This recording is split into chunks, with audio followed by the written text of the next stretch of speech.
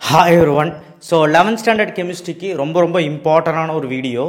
So last டேயில் ஒன்றுமே படிக்கல சார் இது வரைக்கும் அப்படின்னாலும் நம்மளால் ஒரு 70க்கு 50 எடுக்க முடியும்னு நம்புவீங்களா? கண்டிப்பாக முடியும். கெமிஸ்ட்ரி ஈஸி தான். நீங்கள் தான் பயப்படுறீங்க. ஒன்றுமே கிடையாது. நான் சொல்கிற டாப் 10 கொஷின்ஸ் எல்லா லெசன்லையும் டாப் 5 கொஷின்ஸ் தான் இருக்கும். அது படிச்சிங்கனாலே போதும், 50 மார்க் மேலே எடுத்தலாம். 1 மார்க் புக் பேக் தயவுசெய்து சாப்டர் வாரியாக படிச்சுட்டு வரும்போதே வந்துருங்க. அண்ட் இந்த வீடியோவை ஸ்கிப் பண்ணாமல் பாருங்கள். கடைசியில் முக்கியமான ஒரு 10 கொஷின் சொல்லுவேன். அதையாவது வீக் ஸ்டூடெண்ட்டை படிச்சுட்டு போங்க. 30லேருந்து 40 மார்க் ஈஸியாக எடுத்துடலாம். சரி, இங்கே எம்பிரிக்கல் ஃபார்முலா சம்மு எக்ஸாம்பிள் 1 to 26 31 இதுலேருந்து 26 27 28 29 30 31 இதுலேருந்து எல்லா 2 மார்க்கும் படிச்சுக்கோங்க. 42 43 படிச்சுக்கோங்க. ஸோ இதெல்லாமே 5 marks empirical formula and 2 mark தான் கொடுத்துருக்கேன், வேறு எதுவுமே கொடுக்கல. யூனிட் 2ல் 27 31 39 40 31 40 வந்து ரொம்ப முக்கியமான 5 மார்க்கு. 2.1 போர் ஆட்டம் மாடலில் 5 பாயிண்ட் இருக்கும். அந்த 5 பாயிண்ட்ஸ் மட்டும் படிங்க.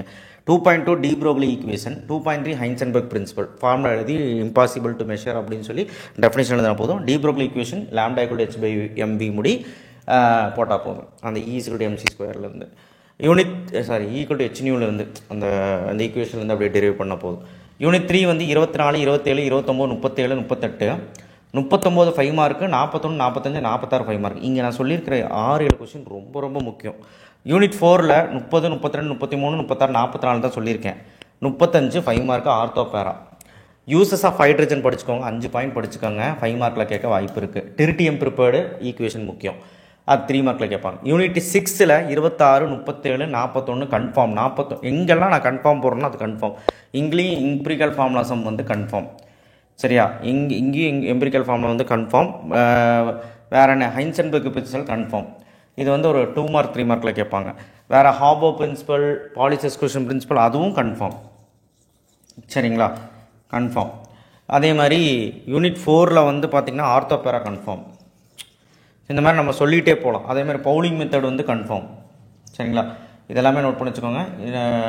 ஸோ அடுத்து வந்து எல்லா லாவும் படிச்சுக்கோங்க. பாயில்ஸ் லா, சார்லஸ் லா, கை-லூசேக் லா, அவகேட்ரோ லா, டால்டன் லா, கிரஹாம்ஸ் லா, இந்த லா எல்லாம் நேற்றே பிடிஎஃப்பில் கொடுத்துருக்கேன், பார்த்துக்கோங்க. லிண்டஸ், கிளாத்ஸ், அடியபெட்டிக் ஒரு 3 லைன் படிக்க மாட்டீங்களா? லிக்விஃபேஷன் ஆஃப் கேஸ்ன்னு சொல்லி 3 மார்க்கில் கேட்பான். ஐடியல் கேஸ் ஈக்குவேஷன் 5 மார்க்கு புக்கின்னு. இது வந்து நல்லீபு வாய்ப்போட வருவி. ஸோ இது வந்து 5 மார்க்கு படிச்சுக்கோங்க, அவ்வளோதான். ஸோ அடுத்து வந்து பார்த்திங்கன்னா யூனிட் 7 26 27 30 32 37 38 42. ஸோ இது எல்லாமே வந்து பார்த்திங்கன்னா யூனிட் 7ல் வந்து பார்த்திங்கன்னா 2 மார்க் ரொம்ப ஈஸியாக இருக்கும். 5 மார்க்கில் வந்து இந்த 4மே கன்ஃபார்மாக கேட்பாங்க. Various law of thermodynamics, Gibbs free energy, கட்டில ஆற்றல், சிறப்பியல்கள், இன்டர்னல் எனர்ஜி, அதுக்கப்புறம் டெல்டா யூ டெல்டா ஹெச் கண்டிப்பாக கேட்பாங்க. யூனிட் 8ல் 32 32 4 கொஸ்டின், 39 48 கன்ஃபார்ம். இதில் ஒரு கொஸ்டின் இருக்குது, KP and KC PCl5. KP and KC பயன்படுத்தி PCl5 வந்து டிஸ்டோசியேஷன் பண்ணுறது. ஸோ இது 5 மார்க்கில் வேணால் முடிஞ்சால் பார்த்துக்கோங்க, பட் இது ரொம்ப முக்கியம். அடுத்து யூனிட் 11ல் 31 32 38ல் ஃபஸ்ட்லேருந்து 6 ஐயூபேக் நேம் ஃபஸ்ட்டு 6வது பார்த்துக்கோங்க. 32 5 மார்க்கு. 42 43 46 பார்த்துக்கோங்க, அவ்வளோதான். யூனிட் 12ல் 16 17 19 20 21 படித்தே ஆகணும். 19 20 5 மார்க், ரொம்ப ஈஸி, எல்லாமே தியரி தான். ஸோ இவ்வளோ தாங்க கெமிஸ்ட்ரி. இதில் முக்கியமாக நான் சொல்கிறேன் பாருங்க, கன்ஃபார்ம்னு எழுதியிருக்க கொஸ்டின்ஸ் எதுவுமே விட்டுறாதீங்க.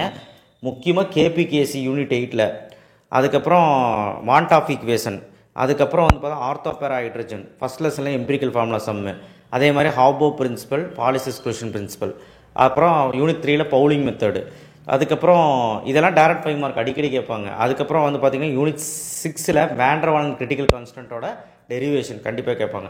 அதுக்கப்புறம் அப்படியே யூனிட் 7ல் வந்து Gibbs free energy, thermodynamics, various law of thermodynamics, அதுக்கப்புறம் வந்து பார்த்திங்கன்னா இன்டர்னல் எனர்ஜி கேட்டசிக்ஸு, delta U delta H calculations, இது டெரிவேஷன்ஸ். அடுத்தது அப்படியே நீங்கள் வந்து யூனிட் 11 வந்தீங்கன்னா நான் சொன்னக்கூடிய கொஸ்டின்ஸ் மட்டும் பார்த்துக்கோங்க முடிஞ்சால். யூனிட் 12ல் பார்த்துக்கோங்க, அவ்வளோதான். இதெல்லாம் ஓரளவுக்கு பார்த்துட்டாலும் சேஃப் தான். சரிங்களா? நான் இந்தளவுக்கு கம்மி பண்ணி கொடுக்கவே முடியாது, அந்தளவுக்கு கம்மி பண்ணியிருக்கேன். சரிங்களா? 3 மார்க் 2 மார்க்கும் கூட முக்கியமாக இருக்கிறது தான் கொடுத்துருக்க தவிர ரொம்ப இதெல்லாம் கொடுக்கல. சரிங்களா? ஸோ இதையாவது ஒழுக்கமாக படிச்சிங்கன்னா 50க்கு மேலே ஈஸியாக எடுத்துடலாம். இன்றைக்கி ஒரு நாள் டைம் இருக்குது.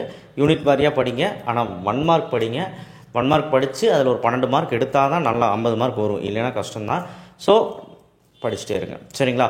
மத்தியானத்துக்குள்ளே இன்னார்கானிக் முடிக்கணும். மத்தியானம் முடித்து அதுக்கப்புறம் ஈவினிங்குள்ளே 7 மணிக்குள்ளே ஃபிசிக்கல் முடிக்கணும். 7 மணிக்கு மேலே ஆர்கானிக் அந்த 2 லெசன் முடிச்சிருங்க. தேங்க்யூ. ஷேர் பண்ணுங்கள், சப்ஸ்கிரைப் பண்ணுங்கள், மறக்காம பெல் ஐக்கானை ப்ரெஸ் பண்ணுங்கள்.